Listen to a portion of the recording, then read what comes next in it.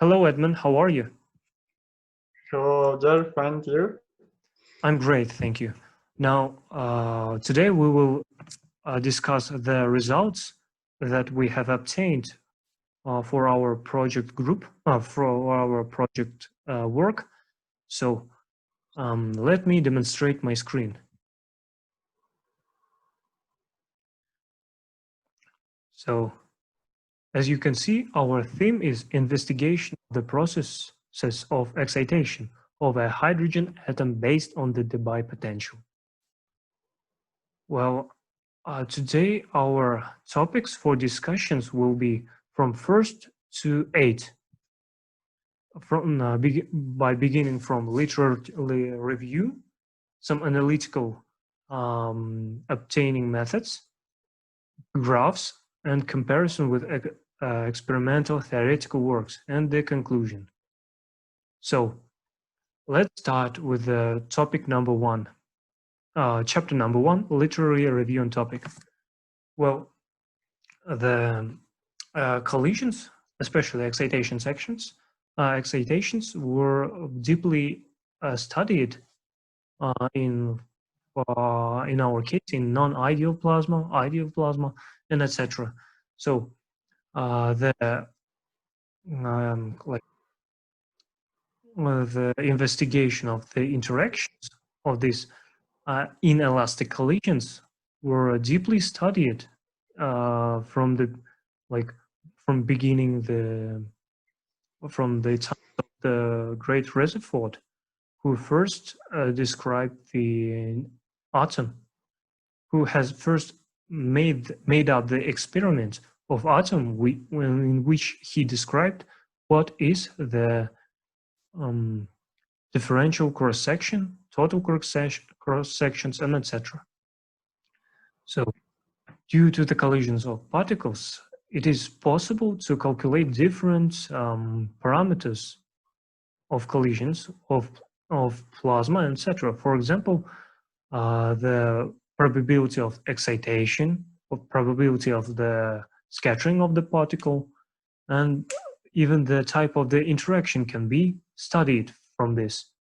Well, these studies of the cross sections and interactions are very necessary for development in stellar physics, in spectroscopy, and even in thermonuclear fusion.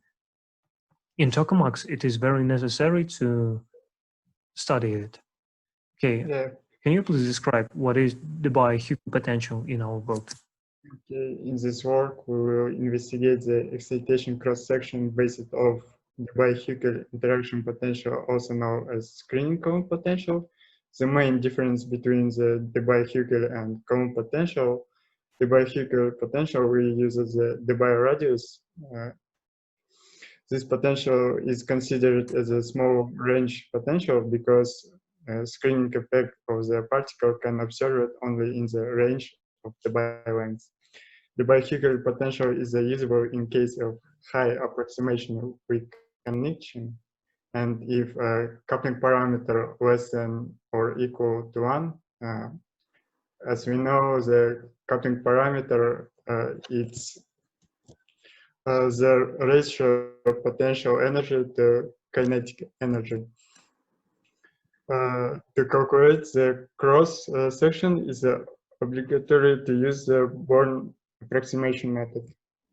So, yeah, well, I have deeply studied and browsed the internet in order to find some information about it, and our case is not so hard, but it is well, the hardest point was to find the good articles to implement in our works. So in works 3 and 5, from 3 to 5, it was like theoretical experiments with the slow electrons hitting the hydrogen atom. Well, in the work of number 6, the collisions with hydrogen were made in Debye plasma were made with not electron but positron. And for the additional informations, if you need it, I have found the compilation of different like works, which this compilation has a whole all the theoretical and experimental values of cross sections and the excitation sections. So let's switch to the topic number to the chapter number 2, the analytical derivation of the wave functions. So first of all, I've investigated it and found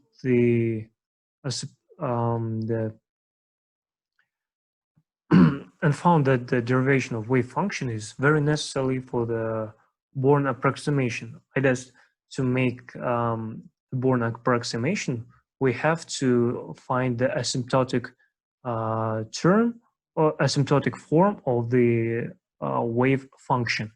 So yeah, as I mentioned, which needs the asymptotic form of wave function. So first of all, we started with the stationary Schrödinger equation. As you can see, there is a Laplace operator wave function to multiply to reduced mass divided by h squared in brackets full energy minus potential energy multiplied to wave function, which is equal to 0. So to further work with this equation, first of all, we opened the Laplacian operator in the spherical coordinates. So as you can see, here is the full term in spherical coordinates, but the last term is will be annihilated. Well, because now there is no terms which depends on the azimuthal angle phi. So the potential energy, which is described in this first equation, is has the form of 2 mu divided by h bar squared multiplied to the potential, where the potential is the bipotential. Yeah. Well, then we then to find the wave equation has the form like this. So now we need to reduce this very equation number 3 into the asymptotical form. Well, in order to reduce it to asymptotical form, we need to do the following. First of all, we make it in the form of a radial equation, where the y is angular function and L is the radial function. Then we will, with the method of variable separation, we input the variables of these functions that depends on 2 sides. On the left side are the functions which depend on r, and on the right hand side are the functions which depends on the angle. So both sides of the equation 6 must be equal to each other at all the values of r and theta. Thus, both of the equations must have the constant L, must be equal to constant L in brackets L plus 1. So we just inputted this constant in both of the equations and make them equal to 0. The special case of Legendre equation, well, as you can see, the equation number 8 is the special case of the Legendre equation. This equation has 2 linear independent solutions because it is equation of the second order. So each of which can represent as the power series of the cosine theta. Both solutions tends to infinity at 0 values of angle theta, and if and only if the L is not integer positive value. Well, in the case if it is integer, the number, we will have the form of the solutions of the number 8 like this, which is known as the Legendre polynomial. Well, Yeah. please, Edmund, can Analytical method for obtaining the differential excitation cross-section obtained by the Born approximation methods. The first of all, I want to say about the way we use the differential cross-section and gives the condition. Well, one of them, differential cross-section, is the probability of the particle scattering in a certain range, the omega. Or just simple words, it's the flying particle is a specific piece that will fall on the detector. And approximate method of calculation of cross-section was proposed by Born method. And we have the next second method is the phase shift, but we use the Born method because Born method uses it for classical cases when the particle is corpuscular. In this, confine ourselves to a particle case when the scattering field can be rejected as a weak perturbation. In this approximation, the differential scattering cross-section can be obtained from the Born formula. In this case, we see lambda less than a, lambda divided by a less than 1.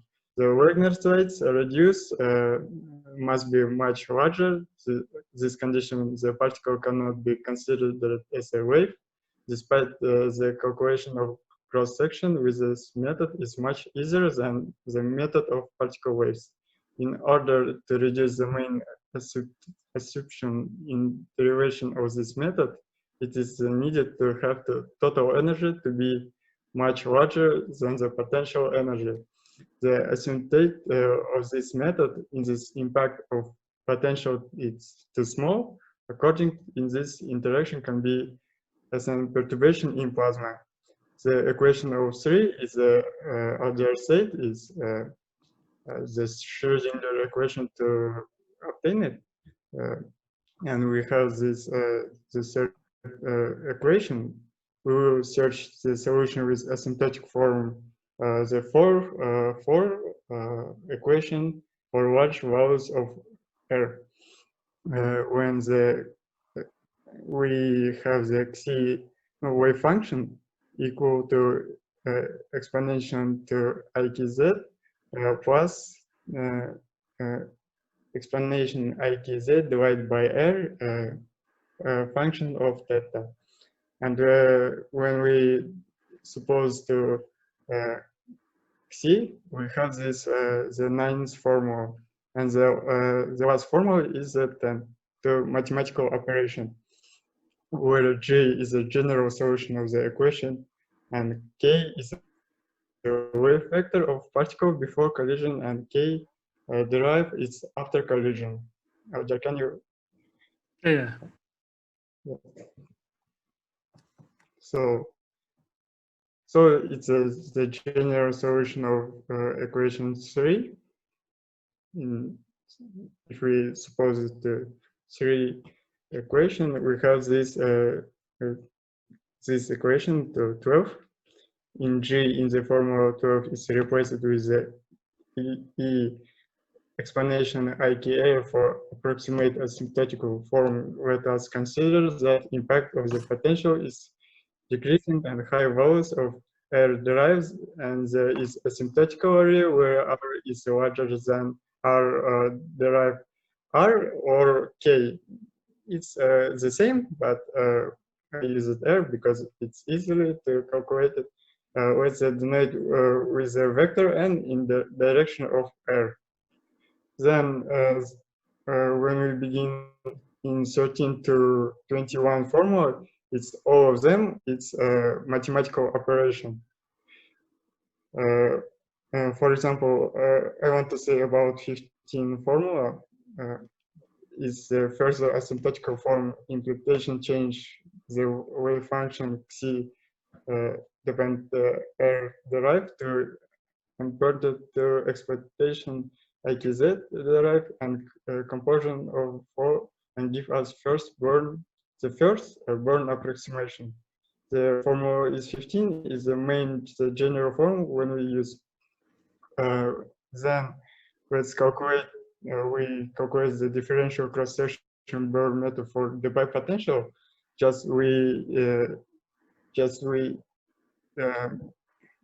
put the angle and the mathematical operation gives value this.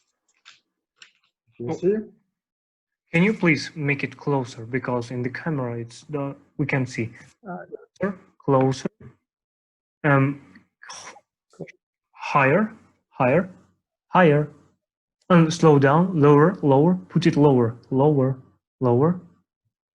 Well, okay, it's we can talk about this for too long. So how to put your works on? Well, I do believe that you have calculated it analytically, and we can see that in like formula number 16 in the end can be reduced into this kind, right? Yeah, you are right. Then the formula 18 is the last formula in the analytical mathematical operation. And in this formula, I take the value and date. If you slow down, No. I have found value and sent you value, and you can did meta shoot or graphics. Oh yeah, you can do it. So, well, as you can see from this graph, as well, let's say with very easy and simple words, if the angle or if the scattering angle is very small, then the probability of the scattering is high.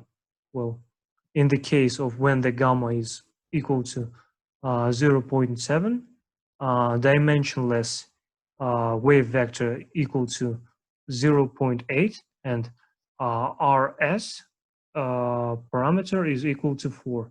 Well, as you can see, the scattering cross-section, the differential cross-section is like tells about the probability of the particle to scatter. So can I say some additional information from my analytical derivation? So as you can see in this asymptotical form, the first term the first term is the like particle before the collision, and the second one is the after the collision. Yeah, right. And this term f depends on theta is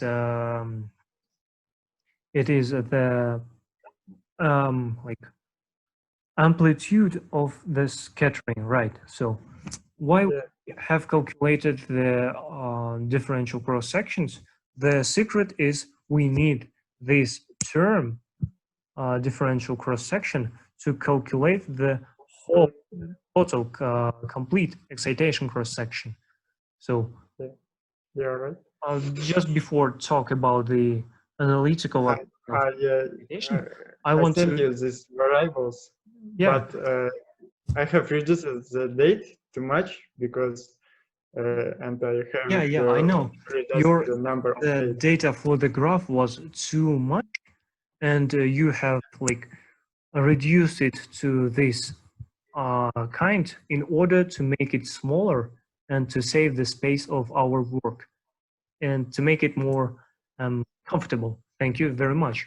So the analytical obtaining of complete excitations cross section. So the you know, as you told before, differential cross section is not enough way, because this term, the d omega, is about the piece. Like, for example, we have a particle, it hit the target, and it scatters, and maybe the probability of this particle to like hit this The detector. detector.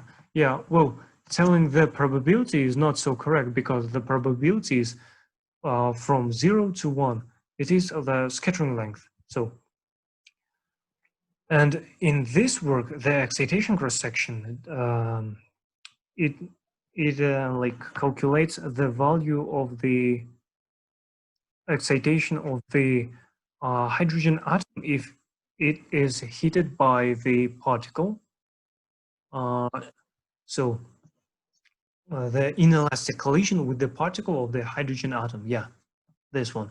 Though the complete, as I written, complete excitation cross-section can be obtained by integration of square modulus of amplitude of differential cross-section.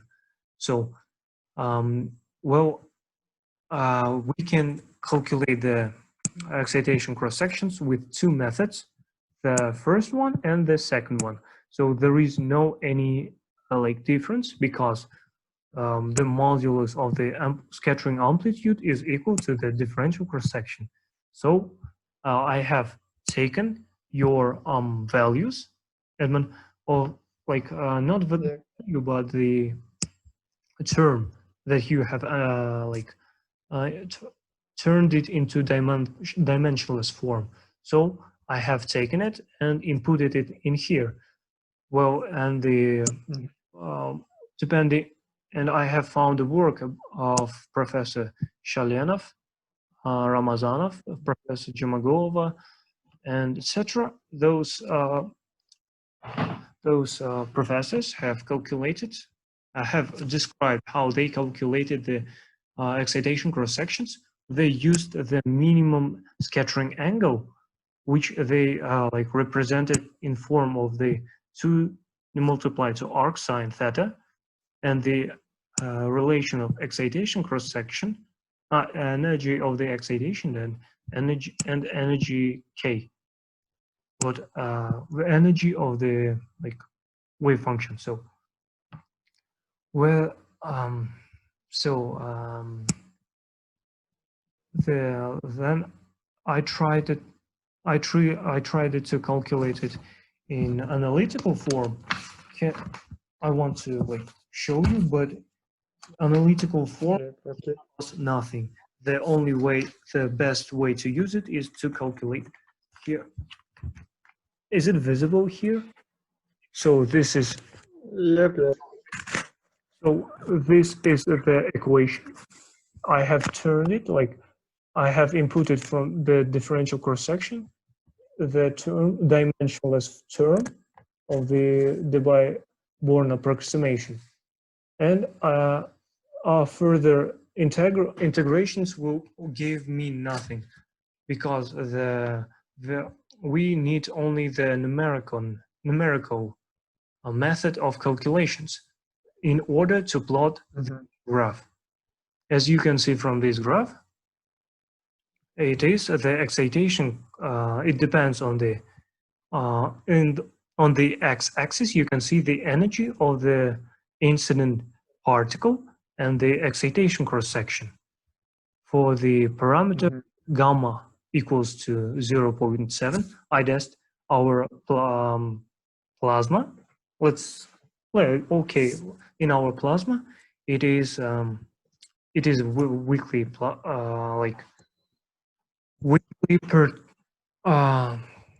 weakly coupled plasma. Excuse me. So I have reduced the whole values, just like you, Edmund, in order to save the space of the work. Yeah, good job. I would like to tell about the analysis of the graphics, but having one curve will tell us nothing.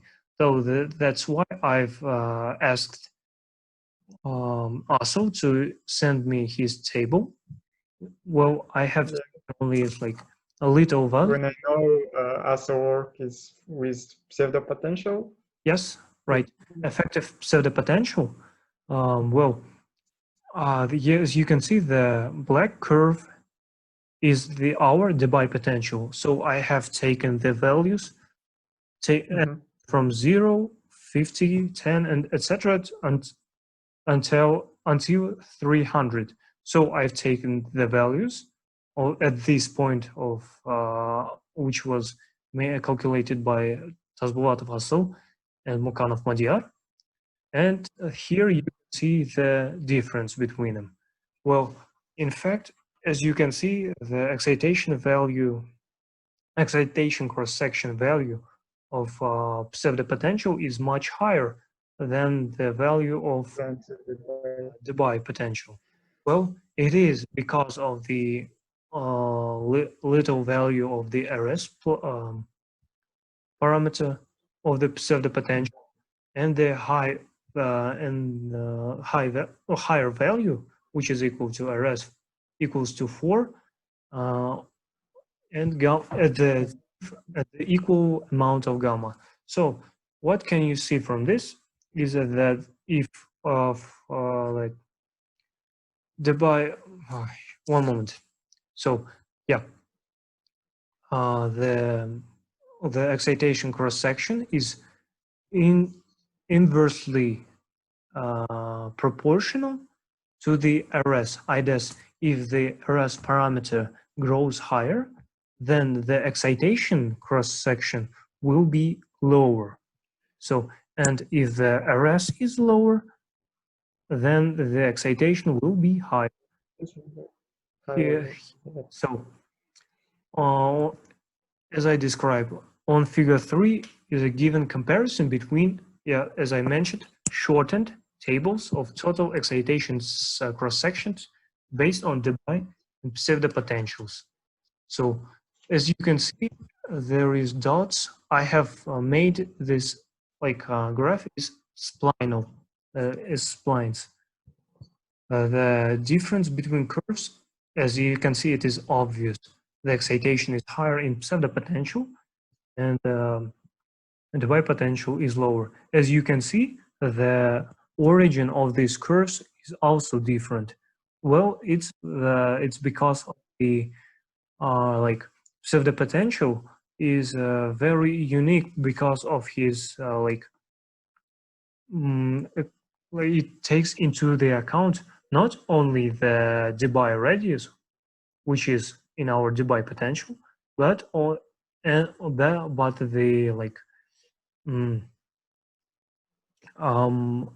de Broglie wavelength. So Edmund, remember you told us that we use the approximation of Born because we have the classical case, because we see the particles at the particle as a corpuscle. Well, the pseudo potential is the semi-classical case. What is semi-classical? It is that the pseudo potential takes into the account both the wave and particle nature of the charges. So that's why there you can see the origin of the excitation curve takes from these lower parts, and our classical case for the Debye potential takes in higher places. So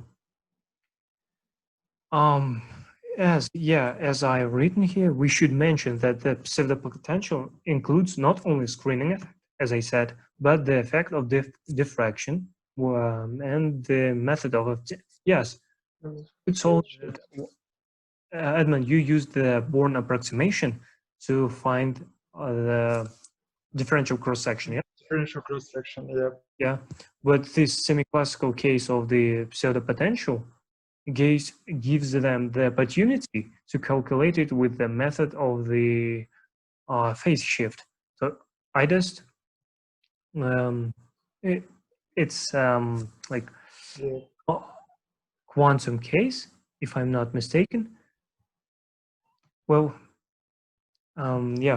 the methods of obtaining of the differential cross sections are different in their physics, classical physics and new quantum physics. So, well, what about the conclusion? Edmund, would you allow me to make the conclusion?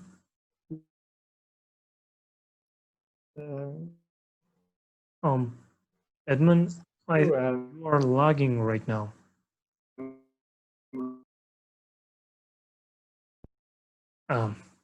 Yeah, Edmund, please. the,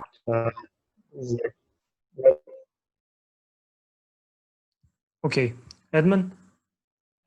I think your internet is forced. Okay, I think that your internet is logging. Well, no. Well, it will be too egoistic for me to like tell. Did you hear me? I hear you. Well, okay. Oh, damn. Edmund? Edmund? Well, I have reconnected and solved my problem with internet. Let's continue with our conclusion. When we have stopped, let me demonstrate my screen. So, Edmund, please, can you start the conclusion, please? Yep, okay. The main project conclusion in this work, we have investigated the excitation of hydrogen atom, the cross-section studied on the base of the Debye-Hückel potential. As we mentioned before, the Debye-Hückel potential takes into the account screening effect of charge. Analysis of the graph shows us the differential cross-section has finite value at the small values of scattering angle because of the screening effect, and with the increment of the angle, it must be correlated with the Coulomb potential. So, okay, Derek, can you add some information? Yes, I would like to. So, in conclusion, I would like to repeat everything what I said about the plotted graphs. So, what about the differential cross-section? So the Debye potential has the, here, the Debye potential has its finite values at the small range of the scattering angle. Why? Because it has some screening effects. And if there was like when it reaches the highest value of the scattering angle, in theory, it must correlate with the values of the Coulomb potential. Why? Well, because the Debye potential is the screening Coulomb potential. Then both of them are classic. Both of them are like made up from one thing, but the Debye potential has some additional exponent with the value of the Debye radius. So then about the excitation cross-section, I would like to conclude that yes, let's talk here, because again of the screening effect, the excitation cross-section at the smallest energies starts from like, again, from the finite value, not from zero like here and like this, but for example, let's compare with the pseudopotential. Why? Well, that's because of the effect of the pseudopotential. It is semi-classic, as I said, and it includes not only the Debye screening length, but the diffraction effect, like wave effects. So that's why the origin of these graphs starts on lower values than our like value of the radius Debye radius. So the other comparison which I would like, or which we could make, is not so, how could I say, those comparisons are not so reliable. Well, first of all, because of their values, they are not applicable because their values are, in some cases, they are unknown, and in other cases, they use another parameters. So the value of the excitation cross sections reaches up to 10, up to 20, but we have very small values. So the comparison between them, I think, is not very necessary. So this is this all that I wanted to tell you. And I think this is the end of our Project. project and our conversation, Edmund. So Yes. thank you for your great work. Okay, thank you too. Well, You did a goodbye lot of then. work. Okay, goodbye, Odor. Goodbye, goodbye.